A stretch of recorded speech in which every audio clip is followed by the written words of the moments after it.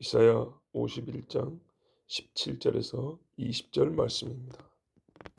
여호와의 손에서 그의 분노의 잔을 마신 예루살렘이여, 깰지어다 깰지어다 일어설지어다. 내가 이미 비틀거름치게 하는 큰 잔을 마셔 다 비웠도다. 내가 양육한 모든 아들 중에 그 손으로 너를 이끌 자도 없도다. 이 두 가지 일이 내게 닥쳤으니 누가 너를 위하여 슬퍼하랴. 곧 황폐와 멸망이요 기근과 칼이라. 누가 너를 위로하랴. 내 아들들이 공개하여 그물에 걸린 용양같이 거리 모퉁이에 누웠으니 내 하나님의 경책이 가득하도다. 아멘. 하나님께서 이스라엘에게 장래에 있을 구원을 말씀하시는 중에 지금 이스라엘을 깨우시고 또 장래에 하나님이 이스라엘을 구원할 때 그들도 깨어나야 되지 않겠습니까? 그래서 오늘 말씀은 사실은 그 두 가지 시대 혹은 두 가지의 시대적 배경을 상정하여 읽을 수 있습니다. 첫째는 맥락적으로 보면 포로로 잡혀간 상황에서 이스라엘이 하도 힘드니까 절망을 하는 겁니다. 이스라엘이 망할 때부터 지금까지, 그러니까 포로로 잡혀있는 어느 때까지, 바로 그때까지 소망이 없고 도대체 돌아갈 가능성은 없는 것 같고 괴로움과 힘든 일만 가득하기 때문에 그냥 그 상태로 거의 맥이 빠져가지고 사람들이 이제 우리는 끝났나 보다 하고 있다 이 말이죠. 아니다, 일어나라, 내가 너희를 돌린다 했다, 그런 말씀. 또 하나는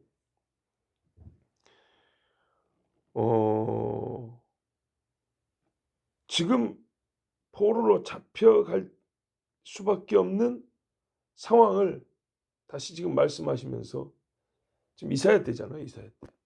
지금이라도 일어나라. 하나님의 심판이 장차 있을 것인데 그때라도 깨어나면 포로로 끌려가지 아니하고 또 끌려가더라도 너희가 살아 돌아올 수 있다라는, 끌려가기 전의 상황을 놓고 빨리 깨어나라 이렇게 외치는 말씀. 이렇게 두 가지 맥락으로 볼 수 있습니다. 문맥적으로는 끌려간 사람들에게 절망하지 말고 일어나서 돌아올 채비를 해라, 이렇게 읽는 것이 조금 더 자연스럽긴 한데, 여기 보면 예루살렘아 깨라 그런다고요. 예루살렘이란 성이 끌려간다거나 성이 뭐 이렇게 뽑혀가지고 지금 바빌론에 있는 거 아니잖아요. 예루살렘은 부셔졌어도 그 자리에 있는 거죠. 그런데 예루살렘 보고 깨라고 한 것을 보면 유다 땅에 있는 사람들에게 지금 너희는 일어나야 할 때다라고 외치고 있는 그런 말씀으로 보이기도 하고, 그래서 이 두 가지 상황을 놓고 해석을 한번 해보겠습니다. 여호와 하나님의 진노의 손이, 그 잔이 예루살렘에 부어지는 때를 지금 이사야는 바라보고 있는데, 이 사람들이 죄악의 잠에서 아직 깨어나지 못해가지고 피와 불과 연기 기둥이로다 하는 그때에도 도대체 일어나질 않는 거예요. 우상 숭배와 음행과 거짓말과 하나님을 멸시하는 율법의 백성 율법을 폐하여 버리는 이 죄악의 잠에서 일어나지를 못하는 거예요. 그래서 죄악의 잠에서 깨어나라 하는 그런 말씀. 이미 주의 노여움의 잔이 너희에게 쏟아졌고 너희가 그걸 지금 받아 먹고 있는지 모르느냐? 얼마나 이 잔을 너희가 잘 받아 먹었는가? 잔이 다 마셔 밑에 찌꺼기가 좀 나죠. 포도주 같은 거 그런 거.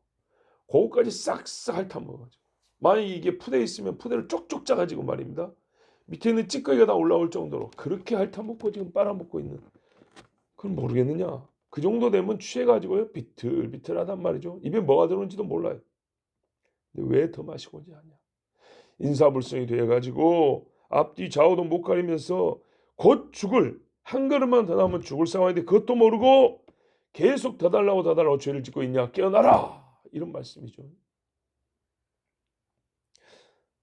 또 장래 포로로 끌려간 때를 생각한다면 너희가 사는 곳이 원수의 땅이고 하나님을 모르는 자들이 다스리고 너희가 포로 생활하고 너희를 미워하고 죽이려는 사람이 많아도 절망하지 말아라. 이제 다 끝났다고 이제 죽을 날만 기다리는 사람처럼 눈 감고 있고 약속의 땅 성산에 오를 날은 이제 우리에게는 멀어졌다 하면서 절망하는 그 절망의 잠에서 깨어나라. 아무리 예루살렘 사람들이 다 죽고 바벨론의 아가리에 들어간 것 같아도 우리말도 호랑이한테 끌려도 정신만 차리고 산다는데 너희는 여호와의 백성이란 것들이 도대체 정신머리를 어디다 놓고 하나님의 약속은 어디 있단 말이냐? 이렇게 고생을 하고 하나님의 벌을 받아도 못 깨닫느냐? 못 깨달아서 망했는데 여기서도 못 깨달으면 도대체 어떻게 했다는 거냐? 일어나라 하고 하나님이 포로지에서 깨우는 거예요. 실제로 거기서 깨어난 사람들이 있었죠. 느헤미야도 있고 에스라도 있고 에스더 모르드게도 있고. 자, 다시 이제 하나님의 진노가 내리고 있는 그때를 보면 네가 낳은 아들 중에 널 인도할 자도 없고 양육한 아들 중에 손으로 널 이끌 자도 없다. 예루살렘 한참 잘 나갈 때 예루살렘 사람도 그렇지만은 유다인도 그렇고 또 예루살렘에 찾아온 이방 사람들도 많이 있었어요. 그런데 그 사람 중에 하나도 안내할 자가 없다. 비유하자면 이 나이든 모친이 집에 있는데 봉양하고 섬길 사람이 없는 거예요. 뭐 어떻게 합니까? 굶어 죽어야죠. 비틀거리는 술을 마신다 그랬죠. 비유하자면 지가 이렇게 비틀으니까 어머니의 손을 붙잡고 이 좋은 봄날에 바람 쐬러 갈 자식이 없는 거예요. 같이 자빠있고 구렁이 떨어지는 거죠. 어머니는 힘이 없고 아들이란 것도 술 취해가지고 이리저리 비틀고 있으니 둘이 그냥 아들에 떠밀렸고 같이 그냥 떨어져 죽지 않겠습니까? 이런 사람이 없다는 거예요. 정상적으로 아들 노릇할 그 애가 없다는 거예요. 왜요? 아들이 못돼 먹어서냐? 그럴 수 있겠죠. 죄가 쌓이니 사람이 뭐 인성이 얼마나 좋겠어요. 근데 더하여 그럴 아들이 없는 거예요. 어머니를 모셔갈 아들 자체가 없는 거죠. 19절 보십시오. 이 두 가지 일이 닥쳤다. 황폐와 멸망, 기근과 칼. 이게 누가 겪은 일이냐? 바로 그 사람들이 겪은 일이죠. 이 아들들이. 예. 위로할 사람도 없고 위로라는 것도 다음에 기약이 있고 가능성이 있을 때 있는 것이지 다음이 없는 사람에게 무슨 위로가 있겠어요. 예루살렘이 완전히 불타고 없어지는데 무슨 위로가 통할 것이며 포로로 끌려서 우리는 이제 돌아갈 일도 없다. 여기서 다 죽어야 된다 하는데 무슨 위로가 되겠습니까? 하나님이 보낸 황폐와 멸망이라는 것을 절대 가볍게 여기지 말 것을 우리 생각해야 돼요. 이게 단어가 그냥 황폐, 멸망, 기근, 칼. 야, 설교 들을 때 수백 번 들었다. 단어가 짧아요. 황폐. 이거를 길게 설명하면 잔인하다고 눈살 찌푸리니까 할 수도 없고 짧게 그냥 황폐하면 가볍게 넘겨버리고 절대로 그러면 안 돼요. 우리 사람 몸이 어릴 때 피부가 없어지잖아요. 인생 전체, 나라 전체가 그렇게 쪼글쪼글해진다고 한번 생각해 보세요. 이걸 어떻게 돌이킵니까? 세상에 좋은 화장품 100만 원짜리 1000만 원짜리 발라봐야 소용없습니다. 여호와의 진노는 무섭습니다. 자, 그랬을 때 어떻게 했냐? 아들들이 20절 보세요. 죽었어요. 살아도 힘이 없어요. 땅바닥에 주저앉아가지고 마치 칼이 목에 떨어지기를 기다리는 정신줄 놓은 사람 같아요. 끌려가기 전부터 이미 종이 되고 노예가 된 것 같고 그물에 걸린 영양이라고 했잖아요. 이 순념소가 염소, 소, 뭐 이런 거 있죠. 이런 게 지금 그물에 걸렸어요. 살았지만 죽은 목숨 아닙니까? 가만 보니까 하나님의 분노로 진노로 인하여 그 얼굴에 공포가 서려 있어요. 정신이 혼미해져가지고 어찌할 줄을 몰라요. 하나님을 우습게 여긴 죄를 온몸이 그 값을 치르고 있는 거예요. 눈에 초점도 없고 생기도 없고 이런데 어떻게 어머니를 모실 수 있겠습니까? 또 포로지에 끌려간 상황에서도 태어나 보니까 종인 거예요. 살아보니까 노예고 누군가는 뭐 예루살렘 예수님한테 본 적도 없고 하나님을 만난 적도 없고 예배를 드려본 적도 없고 온몸에는 태어나서 종이었으니까 하나님께 맞은 자국밖에 없는데 어떻게 하나님을 신뢰할 것이며 어떻게 뭐 하나님의 말씀을 기할 것이며 뭐 안식일 되면 저기 할아버지 중에 어떤 분은 회당에서 모이라 그러고 뭐 성경이라고 읽어주고 하는데 내가 알 게 뭐예요. 이런 사람들을 믿고 어떻게 노인들이 돌아가자 하겠습니까? 어른들의 이야기를 들으니까 하나님이란 분을 섬겼는데 우리가 버림받았다고 하는데 태어나서 들은 소리가 다 그런 소리들. 그래서 한 번은 내가 왜 이렇게 사는가 하고 술 취해가지고 소리를 지르기도 하지만 바로 거기서 깨어나야 되는데 깨어났던 사람들이 이 느헤미야 같은 사람이란 말입니다. 느헤미야 같은 사람은 바벨론에서 태어난 사람입니다. 그러므로 다시 말하노니 하나님 뭐래요? 예루살렘 아들들아 깨어나라가 아니고 예루살렘아 깨어나라 그랬어요. 이 아들들로 깨어나야 되는데 그 부모 세대도 깨어나야 되고 또 말하자면 예루살렘의 정신을 배우고 예루살렘에서 살아본 모든 사람이 깨어나야 되고 아직 망하기 전이라면 예루살렘이 지금이라도 깨어나면 이렇게 절망에 빠진 일이 없어요. 그물에 걸린 암양 아니 영양 뿔이 힘있고 좋은 것이지만 그물에 걸리면 더 잡혀 죽기 좋게 만든 게 뿔 아닙니까? 빼지를 못해요. 수풀에 걸려 있거나 그물에 걸려 있거나 아무것도 못하는 꼼짝 못하는 상황이니 너희가 이사야가 지금 유다가 멸망이 한참 전의 사람이니까 장차 너희 죄로 말미암아 멸망할 이때가 올 때 깨어나고 멸망하기 전에 깨어나고 혹 끌려갔다면 우리는 여기서 죽는구나. 하나님의 약속이고 뭐고 우리는 돌아갈 수 없다.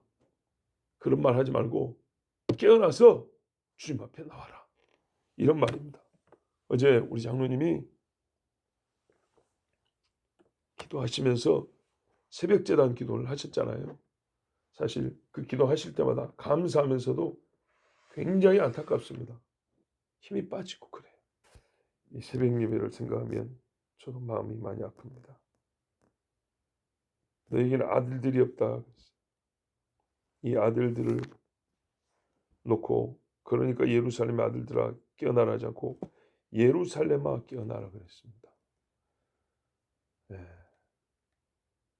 나이 든 세대는 어른 세대만 볼 것이 아니고 어른 세대는 나이 든 세대는 젊은 세대들만 기대하지 말고 젊은 세대는 어른 세대만 올려다보지 말고 전부 다 우리가 예루살렘에서 하나님의 은혜를 받았다면 예루살렘부터 난 자식들이라면 언제 어디서건 우리의 상황과 남녀 고아를 불문하고 노소를 불문하고 하나님이 깨울 때에 일어나야 합니다. 정말로 너희가 깨어있어 너희 잠든 것을 보지 않도록 하라. 내가 왔을 때 잠드는 걸 보지 않게 하라 그랬습니다. 먼저 우리가 함께한 시간들 예루살렘 또 우리 교회를 위해서 기도하겠습니다. 하나님 아버지 감사합니다. 많이 한 듯 아이도 모르는 게 많고 우리는 많이 알고 있어요. 수준 높게 알고 있어요.